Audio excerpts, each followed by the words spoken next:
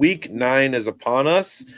Dynasty starts in college. We've got a very special guest tonight on the Dynasty Pulse. Welcome, producer. Hit that button.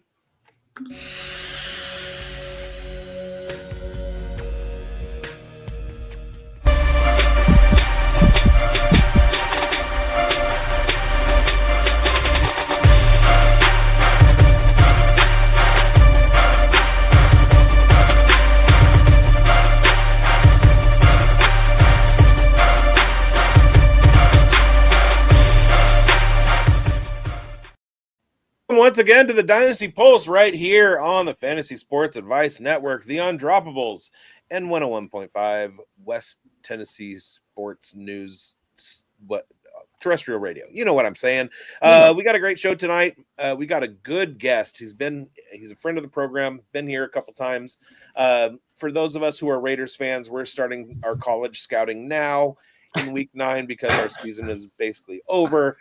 So we've got Mike Vallerie once again, third time. That's like the most number of guest spots that we've had from anybody. Mike Vallerie's in the house. Welcome, Mike.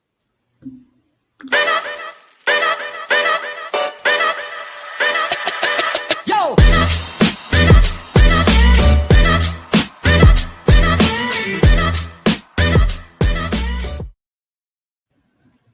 From Canvas Skin, it is FF Dirty Mike. Mike, what's up?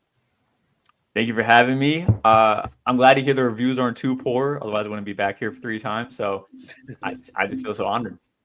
No, we're always glad to have you. And especially now that the Raiders season is basically over. So let's talk some college. Back at like the 5th overall pick. So yeah. Even though I was screaming for Membo and Dart and Scotaboo, we see how that worked out. Yeah. Right. So yeah, we're going to talk about some college players and do some probing. We haven't probed in a while. Let's probe. And Mike, let's maybe talk a little bit about what you're up to right now. And obviously the college season is in, the home stretch here. So tell everybody how busy you are and what you're up to right now. I just wrapped up an article. It's usually the start to a series I do every single year. It's titled the 2026 NFL Big Board Stock Watch. It's a compilation of the big boards, not mock drafts, that you can find on National Mock Draft Database. I do it between certain date ranges. So this is midseason. So I go from preseason to midseason. After midseason's done, I do the midseason to like soft declaration. So that's about January. And then the post Senior Bowl. So just like different like milestones, I think, are in the off season, and just see what are people doing as talent evaluation. And that's the big difference between a big board and a mock draft. Is that big board is people's talent evaluation, and mock draft is what you think will happen in the mock. Well, in the draft. So everybody here obviously knows where to find your work, but maybe some of our viewers don't that are new to the show. So where would we find such awesome content if we were to look you up? You can find it on campustocan.com. I believe almost all of our article stuff is free. Some of our tools are not. You'll see a lot of our charts on Twitter. Likely use our tools. Very, very cool advanced metrics and charts. That's coming up too. I love chart season. Big fan of charts. Love reading charts. But yeah, and this article series I finished up, it's big, but like it's at this point in time of the season, mid-season, you just want to see who's getting talked about. It's not, you can take it with a grain of salt because there's going to be, I think, 6 QBs as the first rounder right now, and we know that's not happening. That's just not happening. So, but it's a good time of the year to start pumping up your favorite college players. Yeah, well, we're excited to have you back, and we're going to get started with the probing. So, Schultze, we're going to, everybody on the panel is going to ask Mike a question, whether it's about a rising star, how they've, translates into, maybe some long-term dynasty assets. So let's get this probing started here, Schultze. Run that video.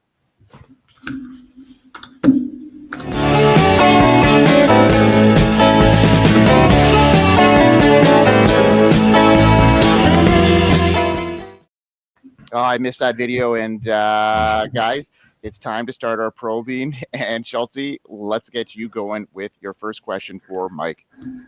All right, cool. So you just brought up people who guys are talking about. And one guy that people have been talking about recently is Chris Bell out of Louisville, wide receivers, picking up some steam here. through 7 games, he's already got more receptions and touchdowns than he did all of 2024 season, and he very well could pass his receiving yardage total for last season in his next upcoming game here.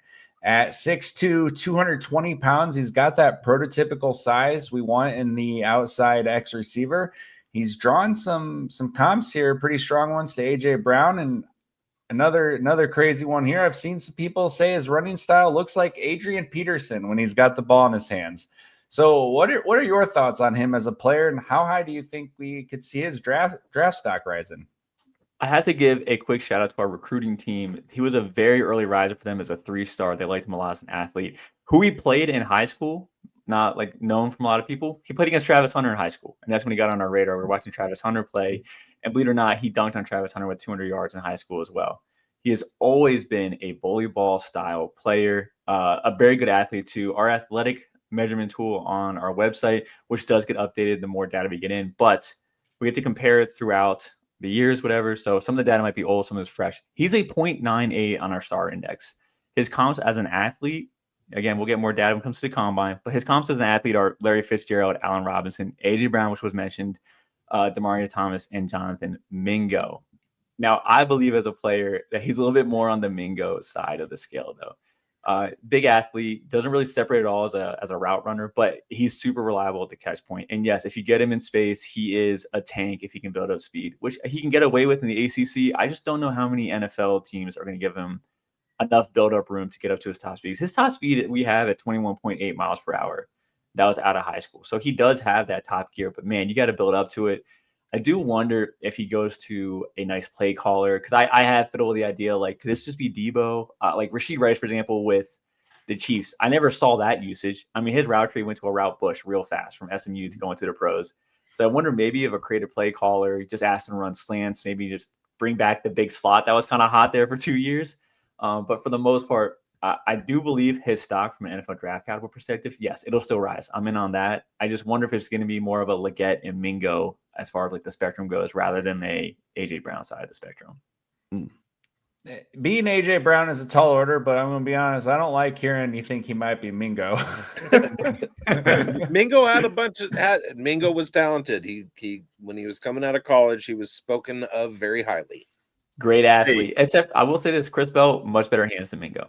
So I'll just say that. Much better hands. Hey, Mike, here's a comp. I don't know if I heard the name, but I was kind of watching Chris Bell, and I was thinking he could be a faster Anquan Bolden. Off the chart. They have very similar height and weight. And it's, you're watching in a formative process trying to see the big bodied, and it's like, hey, where have I seen this before? I got a little bit of Anquan Bolden, but maybe the ability to be a little bit faster. What do you think of that? I don't hate it. I think my co-host once toyed with Jalen Hurd, but more athletic. I think all that big body stuff, I think it's pretty comparable. It's just a different NFL. Like, I don't know if Anquan Bolden would have been successful in today's NFL. Definitely successful 10 years ago, 10, 15 years ago, but I don't hate that comp. So the physical dominance that he's showing at the college level, is there any part of that where it's the eye test where it could be deceptive at the next level? You said something about, breakaway speed. Is he going to get stuck where maybe he's like a Jack Batch and he can't necessarily separate at the next level?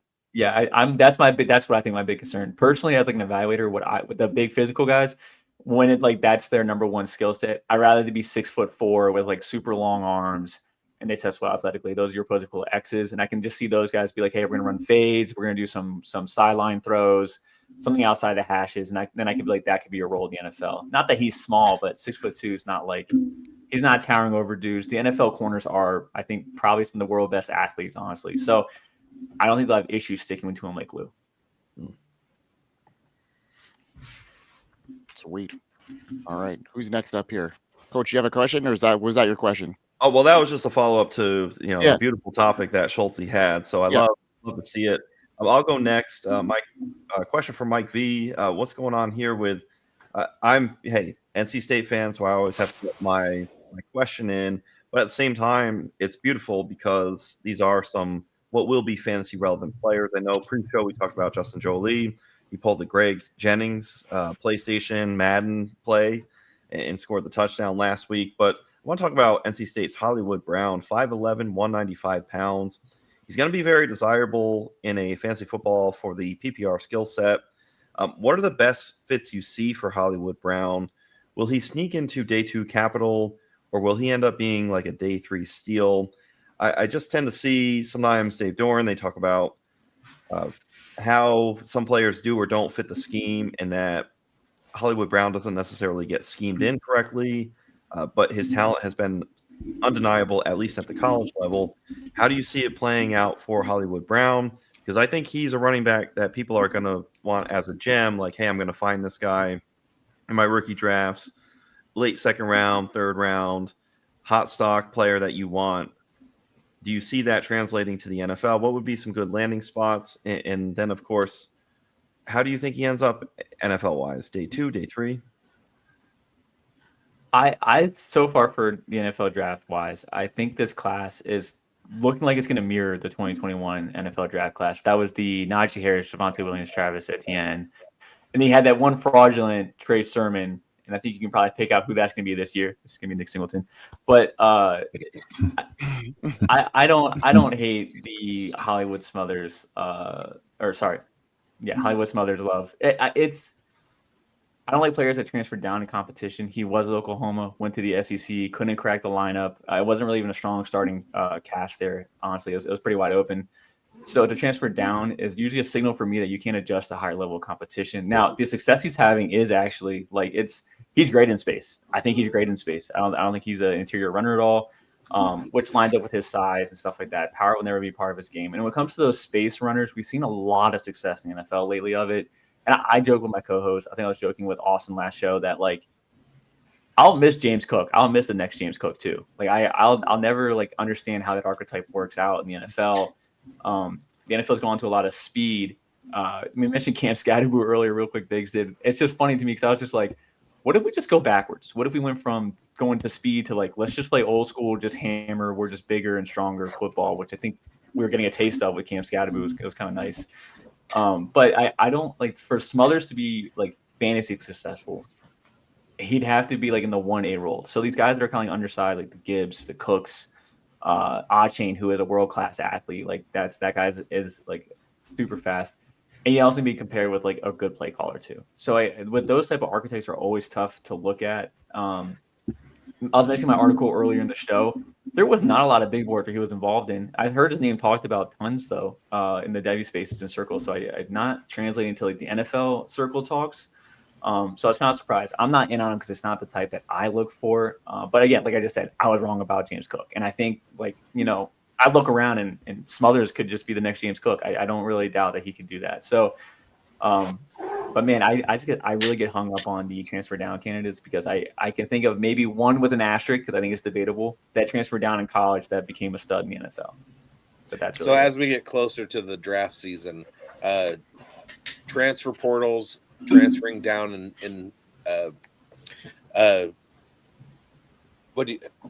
why did my brain just completely shut down? Competition, transferring down in competition, and also small-bodied running backs. No, Mike is a no likey. And the small ones always seem to thrive in the camp. I don't want to ruin someone's question later on, but Cam Cook from Michigan going to Jackson State, he's thriving. He's thriving down there.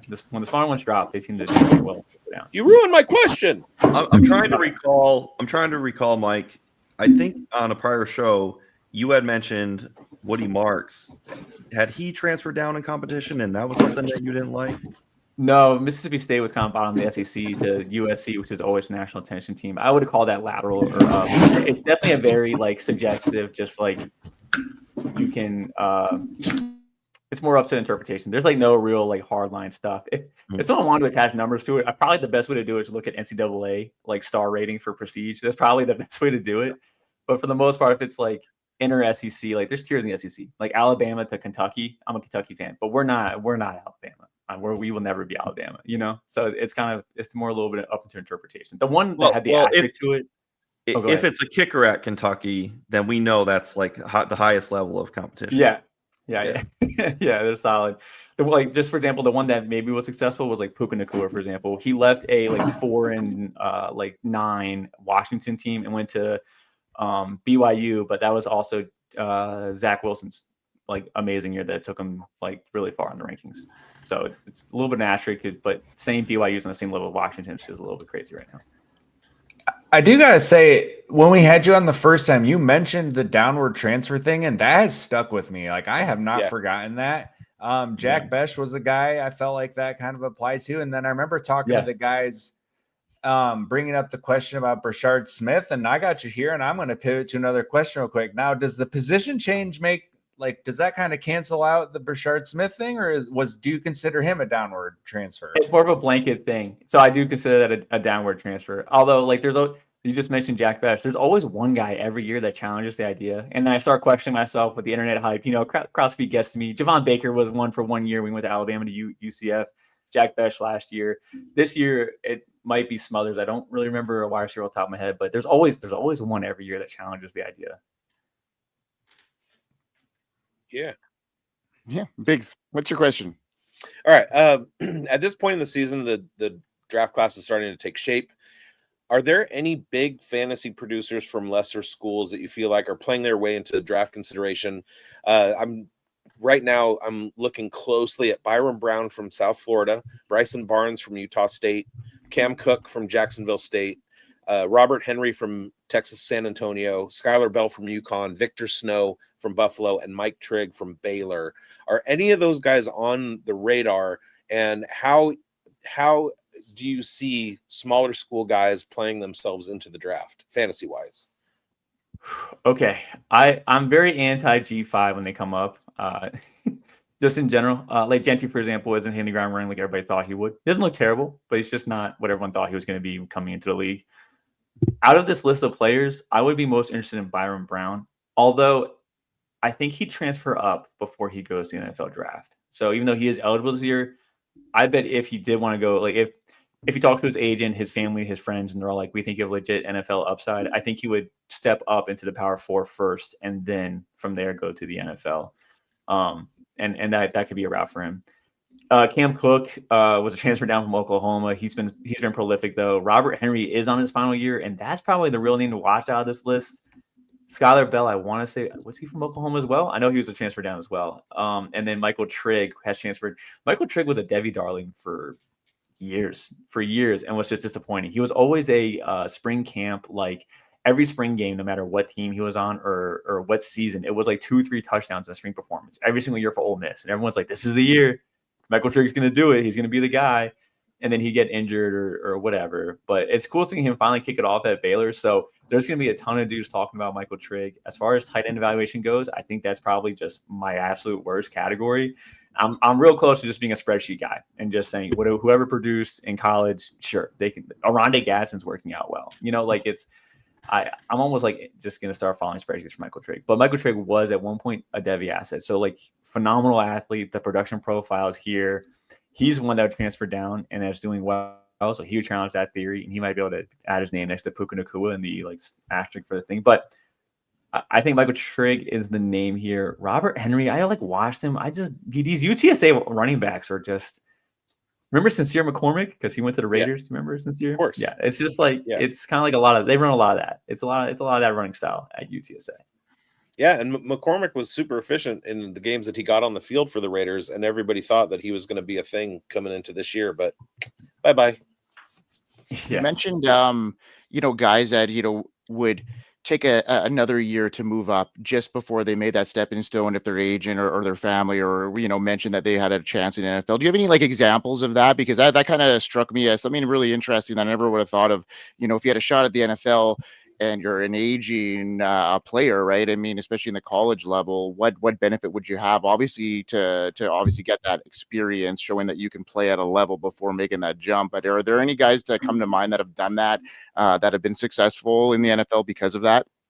Oh, the last little part, I was going to say Cam Ward would be successful in the NFL, so I was kind of maybe not Cam Ward. But Cam Ward that's still yet to be determined. I mean, he's obviously showing some imperfections at this stage, but. The transfer portal has just been so different the last 2-3 years. I don't like Jameson Williams is one. No, he didn't transfer up. He went from Ohio State to Alabama. That's just lateral. Man, on the spot here. I just think the transfer portal is a little bit too new. It's like 2 years now where it's almost like there's no rules. You can just get in there and transfer up. We've seen plenty of players make the most of that and get increased draft capital. TBD on how successful their careers have been so far. But like if you're just looking from the draft capital perspective, then yes, like Cam Ward went from incarnate Ward to a first round pick. Like Fernando Mendoza was a 3-star, getting phone calls from Alabama to walk onto their practice squad before he got an offer from, I think Harvard offered him, and then Cal last minute. I think Cal just hitched their wagon onto Alabama's hype and just were like, let's just try him out, tell him to come over here for a scholarship because they don't have a lot of talent over there. But players have transferred up and found more success. I definitely think that's usually the route now. So you don't see too many G5 declares. Everyone wants that nice rookie deal. Plus NIL money is pretty good. So if you're going to be a late round pick as a G5 guy, you might as well do that next year. Get a little extra money out of college. Gotcha. Well, I mean, we speaking of Fernando Mendoza, we talked about him on the last show, and that brings me to my question. I had him pegged as a guy to keep an eye on because of that, jump up here. And, we liked him over Sam Levitt. I made a short video over that because we talked about it right here on the show. And now today he's that take is aging pretty well. He's turned Indiana into a legit powerhouse, completing 73% of his passes, almost 2,000 yards, 24 touchdowns. Great number, only 3 interceptions through 8 games. They're undefeated, sitting at number 2 in the nation. A lot of buzz going on right now. So, where you have them right now in this class, for dynasty managers that are looking at this 2026 class now as a guy that maybe wasn't on their radar is now floating up the board. Where does he sit? Obviously, now that he's talking about, guys in the big board here. I think I'm going to be forced to I'm going to say he's QB2. I think he'll be QB1 by like NFL draft standards, but he'll probably be my QB2. He's been very successful. Kurtzene runs a very simple scheme. If you ever watch any of the Indiana games, then you probably know Elijah Sraj is running these curl routes nonstop and just getting the ball from Mendoza. Just real simple. Speaking of guys that are physical and just great to catch point, Elijah Sraj fills that bucket too. But that's what I see from Mendoza. On top of that, though, I love the prototypical size guys and the prototypical size guys that have some legs to them, that they can actually like be mobile. I wouldn't call Mendoza like a dual threat or even an off-platform type of quarterback the way you would think of Caleb Williams coming out of college. But I think he does have some of that ability. Like he could improvise a play. I don't think he's very consistent at it. I like to see a little bit more from that. He's just been in these really nice schemes. But if you had to, we talk about player comps a lot. If we put him on the spectrum of like Justin Herbert, Drake May, both prototypical size guys that do have some legs, maybe Herbert's like on a scale of 1 to 10, he's probably like an 8-9 on that scale, and Drake May is probably a 7-8 on that scale now. I think Mendoza probably starting at like a 2-3. Like I don't think he's quite there as a processor. He's not like looking off defenses. There's no real like manipulation with his eyes or his body language. It's just timing, making his reads. And it's just really clean football. So if you're evaluating a player based on like mistakes they make, he doesn't make a lot of mistakes. But I just don't think there's a lot there to be like, yeah, this guy's an NFL franchise quarterback. I think he might struggle just as much year one as we are seeing Cam Ward struggle right now. And that's just the state of the quarterback position. Yeah. So he may benefit from one of those, gotta sit a year or two, but if he's getting that draft capital now, it's going to be tough for any team to sit him, right? I mean, if he's going to go in 1 or 2, and if he's getting in the first round, he's probably going to struggle like some of these other guys that aren't quite ready yet. Fans are going to want their team to have a quarterback. You can't like the Jets, how the Jets not going to draft a quarterback this year, and the pickings aren't like super, exotic. So like, yeah, they're going to have to reach on these guys. Like as a talent, I think I'll probably like when I reach my big board, I'll probably have them like 20 to like 30 overall as far as the talent. But I think he's getting drafted like top 5 because teams need quarterbacks and fans don't want their team to not have a quarterback. That would just be demoralizing. They'd have to have something to look forward to. And then blame like midseason. Being a Cal fan, I watched Mendoza play for the last couple of years for Cal, and the success at Indiana has surprised me. I was on a show earlier today, and I was like, the fact that Indiana is undefeated, ranked number 2, and Fernando Mendoza is being talked about as the 101 in the 2026 draft is just absolutely blowing my mind. Like I was kind of upset when he and Ott transferred out of Cal, but I love JKS with all my heart. But Mendoza is he's a guy that's just a guy. Like he doesn't make a lot of mistakes. So he's going to be like your Brock Purdy comp, somebody who comes in, he can run a system, not make a lot of mistakes, be efficient. I think he has a plus 70% completion percentage this year. He was 68% last year at Cal. So he's not going to make a lot of mistakes, and he's going to manage games, but never be anything spectacular. And that, to me, doesn't scream 101 of the 2026 draft. There's just not that many quarterbacks, though. Teams need quarterbacks. It's just scarcity of the position. But I'm with you. And this is the other thing too, is I think coaching for college is changing. Like, we just saw Brian Kelly and James Franklin get fired. Wasn't a surprise to a lot of us watching those games. But with the NIL portal now, it just looks like, I think the play calling matters more, because no longer is it going to be like Georgia and Alabama stacking years of talent. Nick Saban got out of coaching college football because he got tired of true freshmen walking in his office asking for more money. He doesn't even know their names. He didn't even know their name for another 3 years. He's like, you got to wait your turn. And so he kind of got out because he just didn't want to deal with that anymore. And these kids don't want to wait. They don't want to wait. If they love football. They want to play football. They don't want to wait 3 years for the two guys in front of them to get their shot. They're going to go transfer. I don't know. I'm going to go back to Kentucky. They're going to transfer from Alabama to Kentucky and be mediocre because they can't get the same development curve they were going to get somewhere else. So you're seeing these guys that are the like robust developers that we've seen in the past. And it's just like, I see those guys are going to fall off. And now the coaches like Kurt Signetti that can just grab mediocre talent and just squeeze the most out of that talent and just make it a just offensive machine. I think those guys can start thriving. So I think coaching for the play caller styles, I think those guys are going to start to thrive here pretty soon. And you mentioned Signetti, like on our last show, based off of that, and you're like, I just think he's going to match up well with that system because he could just play it well. It's really simple and make the right reads, and you explain the type of quarterback he is, so he probably fits that system perfectly. And he's going to have to fit a similar type system when it gets to the NFL if he wants any sort of success. But I think he has tools to kind of be system agnostic, and I not that I think he can do that today. Because I with the spectrum of like Drake May to Justin Herbert, I think the best quarterbacks, besides the true dual threat, when I'm talking about like Lamar Jackson, like that's a true dual threat. But the best quarterbacks are ones that can operate in and out of structure, the off-platform quarterbacks. So like Caleb Williams is for me coming out just an off-platform guy. Cam Ward, same thing. Miami had a super easy schedule. I thought you could take away nothing from his Miami years at all. It was just nice to see that if he had an easy matchup, he can get it done. You know, it's just baseline stuff. But the quarterbacks that can, you know, they can just do the scheme stuff like Jared Goff is doing, which I think Herbert or Drake May can do. But they can also do stuff off-platform, improvise. If the line can't hold, if they can extend the play. The guys that can have both those skill sets, I think Fernando Mendoza fits in that bucket on the very low end. And, like, we're just, like, praying that maybe he goes to, like, a good coach. You know, I get Kevin O'Connell so much hype out of the Vikings head coach that Sam Darnold got relevant. I think that guy is just a quarterback guru. So, if he goes to a coach like that, I'm a believer. He's going to the Raiders. I'm not a believer then.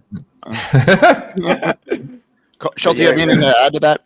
Raiders are yeah, I was gonna ask you follow up about the mobility stuff because that was a little bit questionable, but you kind of answered it on your own accord there. But the other one that for me is like he's got like I want to say it's almost a 10% sack percentage, which feels a little concerning. Do you have any issues with that number and what he's looked like as far as pocket movement and navigating that and stuff? Some that's a really good question. I think those numbers specifically require context. Keep using Drake May. I'm a Patriots fan. No one can tell. I'm very excited for the Patriots nowadays. No kidding. You guys have been heart-struck over the last couple of years. Hey, I personally put Drake May over, somebody like Jackson Dart. He was I got a lot of flack for grading him higher than Caleb Williams coming out. I had him as my QB1. That's a little bit of a running joke because we've been so high on Drake May and we've had recent scuttlebutt back and forth about how high is sky high for Jackson Dart. So a little context for you, Mike, on that one. So we got some people here who are feeling that way about Jackson Dart. It's coming. So, but we're right there with you, man. I've been so high on Drake May, so love it. I'm just excited for Lan Larison to come back next year. Yeah, Lan Larison. Yeah, I remember you telling me about him, and he got hurt. But anyway, the pressure to sack rate stuff, like Drake May, for example, in college was like all 20%. But like the context of that was like his offensive line was actually terrible. So I don't really know how to like. I need context for that. I don't think watching Mendoza, he never throws that ball out of bounds. That was like one of my notes, but that's like also like a very small thing. I usually don't really harp on that too much. Shockingly, I remember watching Tyler's show, and that dude in college, no problem throwing the ball out of bounds, which is very rare. Quarterbacks don't want to do that. They want to be a hero. But he was fine out of college doing that and not taking the negative yardage, which is why his sack numbers were so low. So that's probably just that part of the learning curve that he has to learn to just throw the ball out of bounds. Like Elijah Sarra's not a natural separator. They have no natural separators on that team. So when the scheme doesn't like open up and he can prolong the play a little bit, but I just think he's just not throwing the ball out of bounds. Yeah, that feels really coachable. What you're saying is Tyler Sheck's going to be throwing the ball out of bounds a lot this weekend. Derek Carr style, will maybe. be. That was an interesting pick by them. All right, guys, let's move on to our next section. And before my show sheet goes missing here, all right, what is it? We're going to talk about the prospect spotlights. All right, so each of us are going to take a turn spotlighting a 2026 prospect, whether it's a generational talent, a bold prediction, somebody to highlight it in today's game. So we're going to start with you, Mike, and talk about your player that you want to, tell us about. I don't understand why we don't see Jayce Brown more in these big boards coming out for the articles. I think I love the player. I'm trying to pull up his advanced metrics, but he is the offense for Kansas State. I think he's one of the best route runners. He's got very fast footwork, a little bit slender of a frame, which doesn't really bother me too much. He still has pretty close height and athleticism for me. And I just think he should be, like, as far as route running go, which I think is the number one thing I look for in wide receivers outside the 6'4" big guy category. I want to see good footwork. If you can separate with footwork, that's how you beat schemes. If you're Chris Bell, you won't ever separate with footwork. You kind of need to have a better scheme. You just need to get lucky with some open coverage, or you're a 50-50 ball winner. But that's not a sustainable like fantasy like skill set. But the guys that can separate, like Stephon Diggs today, I think you just write the footwork. Like he writes the book for footwork. Like he's aging super well. We're seeing the fall of AJ Brown. Guess who doesn't have good footwork? It's AJ Brown. But like he still was. He's a good talent in his own right. He has a special skill set. I just like the guys that can separate with footwork. Jayce Brown for me is one of those guys. He's not really talked about ever. I think he's a top 5 route runner in his class. He'll hit like all the good metrics of like. I'm pretty sure his dominant rate's got to be close to 40% this year. So he's like hitting that up against Power 5 competition. And he's still got the early declare stuff too. So it's a lot of online stuff I like a lot. But I'll tell you what, I get burned by Big Ten guys a lot. But I'm a big fan of Jayce Brown. Wide receiver, Kansas State.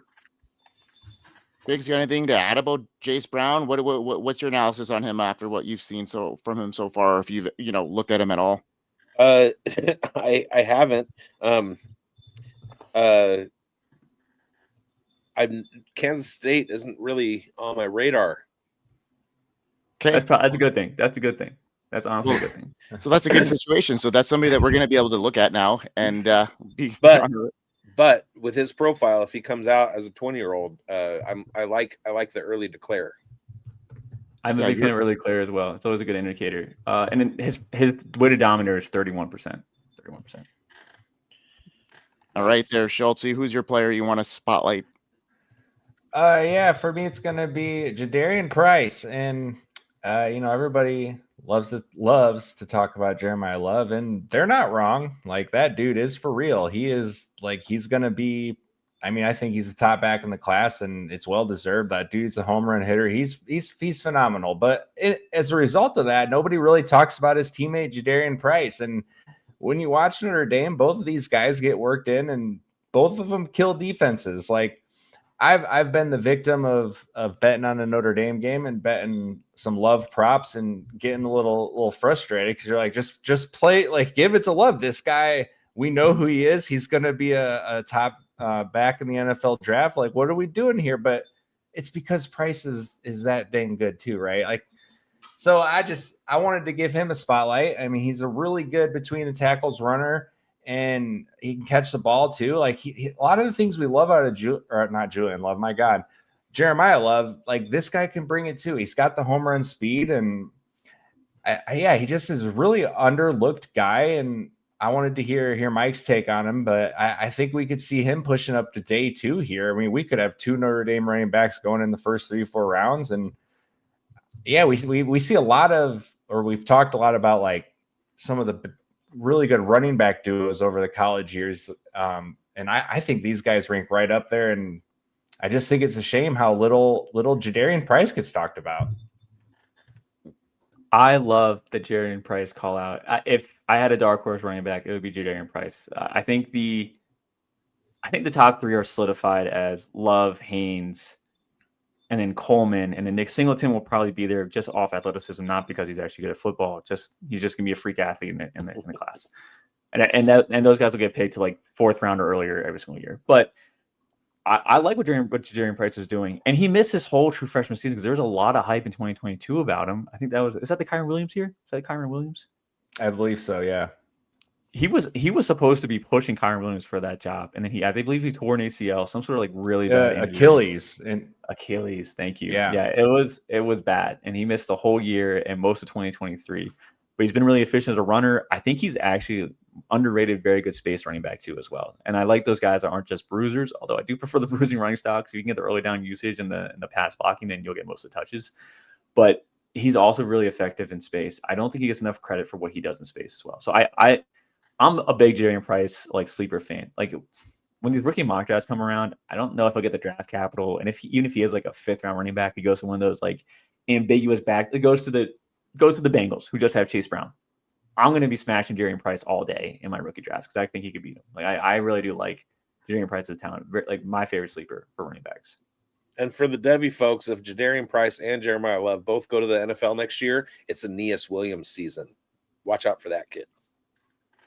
Yeah, I mean, I've only watched a little bit because I've got some Jeremiah Love shares here, and I've seen Price come in and do exactly what Schultze's mentioned. So great take on him, and somebody I'm going to keep my eye on. And another guy that I want to get your take on here, Mike, and because I'm on the fence with him. I like what I see from him so far, but there's some question marks that I've got because some of the people that he's being compared to, and that's Makai Lemon. He's a great prospect. He's on my radar. He's been on it for months. He's like kind of that receiver that I like, slot receiver, but plays bigger than he is. He's only 5'11", but he's got, explosive quickness, precise route running, and he's just not a slot weapon. He can, do some punt returning, but he has got some upside as a rushing threat as well. They use him in high leverage red zone situations. So all things that are, could translate really well into fantasy points. There are some red flags. Obviously, his frame against press coverage is a concerning, especially in the red zone against, NFL talent that are going to be bigger and more physical. Obviously, some player comparisons based off his size and position that I see. Luther Burden, Emeka Buka, Amon-Ra St. Brown, but guys like, flops like, Jahan Dotson and Kadarius Toney. So, guys that can get, open in space, but got some, separation opportunities here. So with all that in mind, where do you see Lemon, projecting? Is he more like a Kadarius Toney or a Amon-Ra St. Brown, or is he kind of more of a middle guy, in between them? I try to get my initial grades for players out end of the season. Now, people might think this is a little bit lazy. There's some players I just don't feel the need to go back and watch over the final 3 weeks of the regular season, and I'll just grade them ahead of time and just call that done. And I'll go back and update. I have like an analytical category. I'll update that. It doesn't weigh in that much, but I'll update it. I have Makai Lemon as a top 10 wide receiver the last 3 years. I like his skill set a lot. I think he's one of the better route runners in this class. Obviously, he has the youth on his side and pedigree. The numbers we have for his athleticism are very old. So our like athletic measurement tool, I think, has him as like a 0.6 or 0.7, which isn't a bad thing.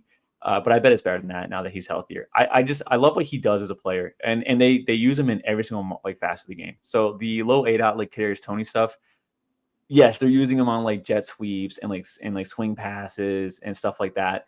And that's more to me, not because he can't win downfield. That's just because he's that type of chess piece of a player. You can use him for that.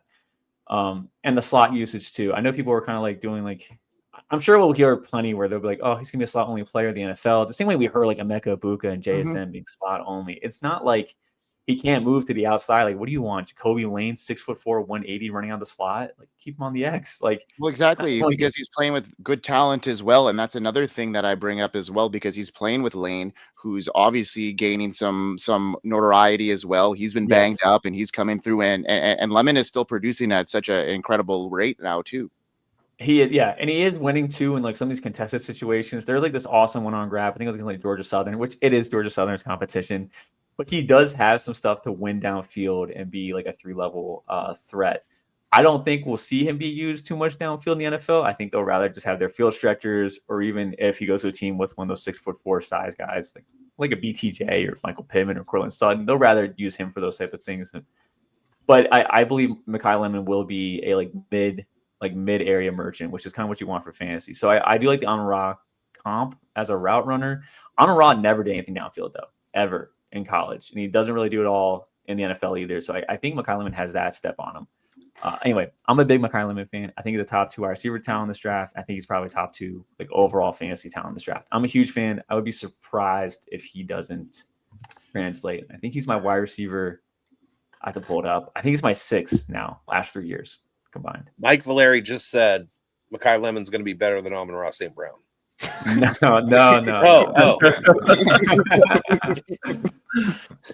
Oh, that's awesome. Bigz, let's get your guy on. All right. I want to talk about a guy. I wanted to talk about Jay Knott just because I loved him at Cal, but he's dealt with injuries all through his college career, transferred to Oklahoma, and I feel like he's going to go back next year. So he's not going to be a part of this draft, even though I wanted to see him as a 3-year guy. But I always take the time to shine up my Razorbacks, and I want to talk about Taylen Green. Taylen Green doesn't get talked about a whole lot in the fantasy circles, but this is a kid he's at his 5th year, 3rd year at Arkansas, or 2nd year at Arkansas, 5th year total. He was at Boise State for his first 3 seasons, and in the passing game, he eclipsed 3,000 yards last year with Arkansas. He's looking like he's going to hit that this year too. But more importantly, we talk about running quarterbacks as cheat codes in fantasy, and this is a kid who has 3 seasons with over 588 yards rushing at quarterback. So he had 588 his first year at Boise State, or 2nd year at Boise State. He had 602 yards rushing last year at Arkansas, and he has 603 this year in 5 fewer games than he had last year. And anybody who's going to come close as a quarterback to 1,000 rushing yards, I have no idea how to handicap him going into the NFL. I don't know what his skill set is going to look like to NFL teams. But if you want a guy like a Malik Willis type character, but playing against better competition in the SEC than Malik Willis ever played against, and a 1,000-yard rushing quarterback, Taylen Green is the dude. Yeah, I think he's like the Dollar General version of like Jaden Daniels, for example. Nice. Dollar General Jaden Daniels. Love it. He threw 6 of his 18 touchdowns against an FCS school. Actually, it might be an HBCU school, week 1, and then followed that up with 4 touchdowns against Arkansas State. It's a lot of his. They have to sling the ball because they have to. They don't have a good defense. Oh, they're terrible. He's putting this ball in some dangerous situations. 5.6% turnover worthy throw percentage, which it shows. It shows when you watch him play. He's not like an accurate passer, but he's one of those guys that 1 out of every 9 throws, you're like, that's amazing. That's an NFL throw. But then you have the other 8 where you're just like, this is, what are we, Joe Milton? It's just kind of like, what is this? So he's definitely a toolsy and Tracy quarterback. Love the size. And you mentioned the athleticism too. I have no doubt he gets drafted. I think it's somewhere on day 3. I think teams won't. They'll probably use him to prepare for Lamar Jackson. And I was going to say higher career completion percentage than Lamar Jackson in the SEC. That's true. That's true. Not quite the athlete Lamar was by any measure of the scale. Lamar was pretty prolific on the ground. Lamar was supposed to be more of a project than he was. He's worked out. So, and honestly, God, some of the best players in the NFL today were the project players. There's so many that fail, but you got guys like Josh Allen, who's amazing. Saquon Barkley really wasn't a good of a runner out of college either. He's amazing now. Nico Collins, amazing. Like anyway, Puka Nacua too. Some of the best like project quarterbacks turn out to be just the best in the NFL. But I don't think it'll be Taylen Green though. I don't think that'll be on that list. But no, I don't like doubt like the athleticism, requisite traits. But I think it'll be more of a day 3 type of guy, a practice squatter, and some of these day 3 quarterbacks should stick around. I was watching Julian Edelman's podcast again. Patriots fan, obviously. I'm watching Julian Edelman's podcast. Brought on Brian Hoyer as a guest, and it made me just click in my head how important it is for teams to have good backup quarterback play. He was talking about how he got like roasted by Bill Belichick for like throwing 50% on like a practice one day, and he laid into him basically. I'm just gonna paraphrase this. You can't improve the team if your other quarterback can't throw the ball. If you can't throw the ball, receivers can't catch the ball, DBs can't defend a pass, like a well-thrown pass. Like the overall quality of practice and player development is also like hitched heavily on your quarterback 2 as well, your quarterback 1. So even though they might not like, be prevalent players on like Sundays, like they're actually very integral to the team. So when you see these like vets or even these journeyman guys that get like some practice time, like who was the Gardner Minshew? For example, like those guys are super valuable for teams. They have starter reps, and they can put together good practice and help the team develop. Aiden O'Connell. Yeah. So, is he closer to Malik Willis than he is to Lamar Jackson, or does he shade further on the Lamar Jackson side of it? Yeah, I think he's closer to. I think he's like Malik Willis or Joe Milton range. I think you can just throw him in that grouping. Okay. All Also, right. Games with Names is one of the best podcasts out there. Just Yeah, if you haven't listened to Games with Names with Julian Edelman, go listen to it. It's almost as good as this one. We're making great time here, guys. What a great show so far. And we got one more player to spotlight, and that's coaches. So let's get into it, buddy. Hey, I want to talk about Ian Strong, Rutgers wide receiver. It's funny, the Campus to Canton rankings, when I did best ball drafts in the summer, Ian Strong is just a highly rostered player that I have. So hat tip, credit to you guys getting him on my radar. Read up on him. Ian Strong started as a safety. Coach Shiano told him he'd get on the field by playing wide receiver. 6'3", 211. So Rutgers, the only major college to offer him a scholarship. Nice thing about this year, 400-yard receiving games. I noticed Strong is a big body target who may not be a huge separator at the next level. He's dominant on the boundary, which is kind of incredible. Not as speedy, but you can still dominate outside. Does this put him on the path to be somebody like Alec Ayamana right now, who's been struggling? Or maybe Jack Betch could be one of those players. Or can he offer some big body plays? Not that he is AJ Brown, but can he be big bodied enough outside? And then do you see Ian Strong being able to expand or improve his route tree to make him a versatile player at the next level? Or does he kind of stagnate and plateau? Yeah, I don't know what his growth curve would look like. I do think his skill set is very comparable to probably this year's declaree of Jacoby Lane. Ian Strong can declare. I don't think he will, but I would probably look to Jacoby Lane as like the footprint for what I think the future of Ian Strong will be. His best skill set is how he adjusts the ball. He's a very good, very reliable adjustment player. Ethan Kaliakmanis is the quarterback for Rutgers. He transferred over from Minnesota, the Greek Rifle, where he's just terrible. But he's got some great traits, and he's definitely Rutgers have found a way to use him. And pairing him with Ian Strong, who's 6'3", 211, and the other wide receiver that's also young over there, KJ Duff, who's 6'6". It's just nonstop effort. They're down there somewhere type football, and it works out because that's what their skill sets are. So I like Ian Strong as like certainly on the radar, and I want to see what he can develop as. I want to see a little bit more like physical strength, not just like finesse at the catch point. The real big issue for me between like being a true believer is just like the athleticism metrics we have from him out of high school are like terrible. Even in college, like the fastest mile per hour time we have for him is 18.9. Like even if you develop a good release package, you're not getting open at the NFL with that type of speed. So I'm a little bit worried about what he could be, but I love him as a shout out as like a radar guy. He's certainly on our radar. I believe the first time I talked about him was as a true freshman. We did a deep shot podcast, and I was like, this guy's clearly the one for Rutgers. No other competition. It's a Power 5 program. Like, you might as well draft him and watch him and see how he does.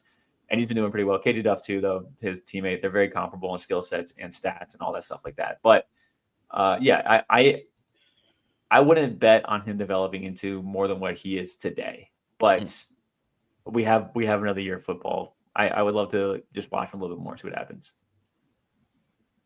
Cool. Awesome. See him on the radar in various rankings that people have, initial top 25s that he's, cresting into those lists just a little bit, just for like radar, as you say. But maybe not quite a gem. We'll see. But you think he goes one more year in the college game? Yeah, I think one more year in the college game. I think I just updated my rankings today with reflect on our website. And I'm pretty sure I have him around like 28, 29, 30. So once the class clears out and even the new guys come in, I think he'll still be in the 25 to 30 range, which is like usually like coin flippy territory for me. But I really like my guys in my top 15, top 20 area. But yeah, I think he's one of those guys too. I think he'd get drafted. If you just take that as a win, like if you don't have that much invested in him, which you probably did, then you're probably like happy with that. Like at least he makes it to the roster, maybe rotates in some flex play.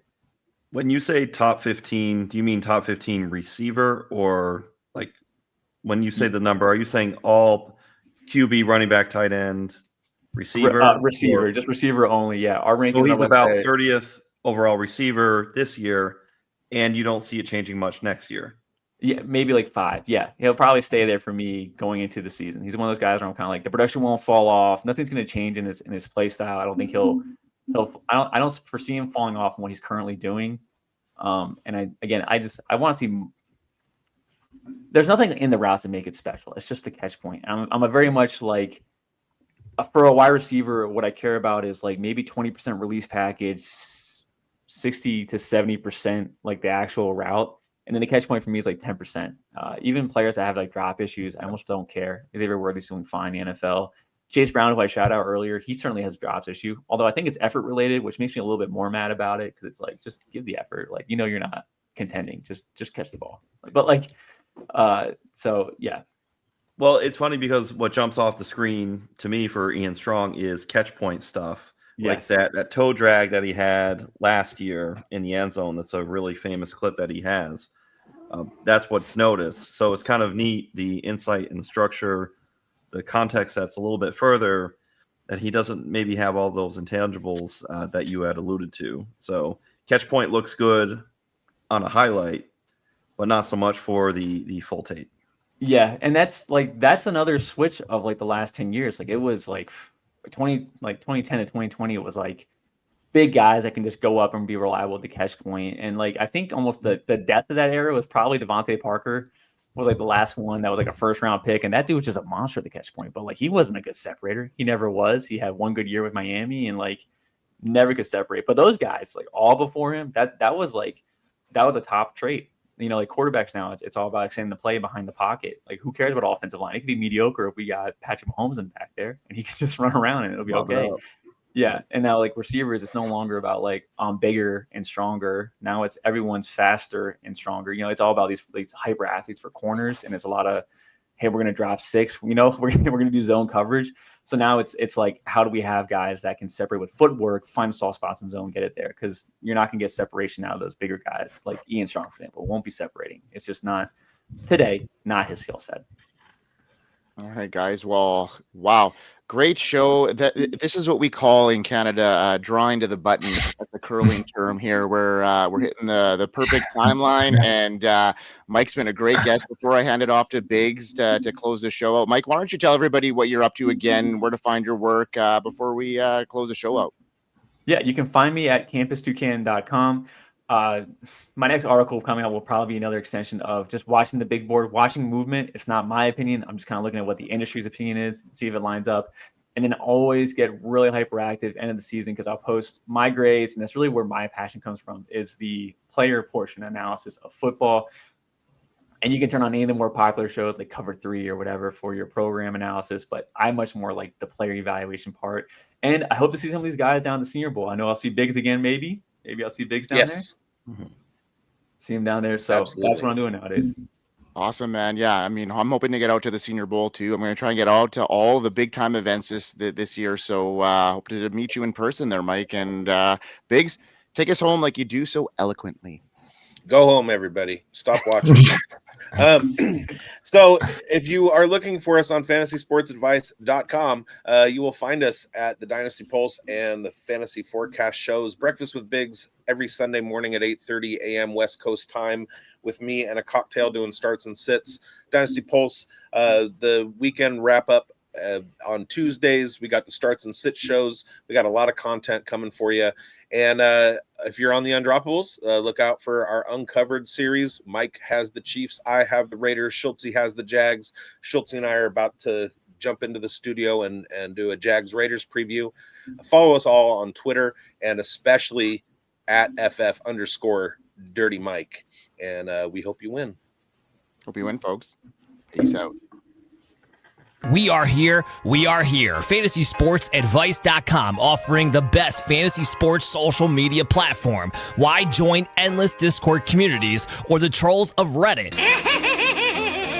Fantasy Sports Advice is a community designed to help you win with 24/7 support. Go to FantasySportsAdvice.com and become a pro member for unlimited access. Again, go to FantasySportsAdvice.com today.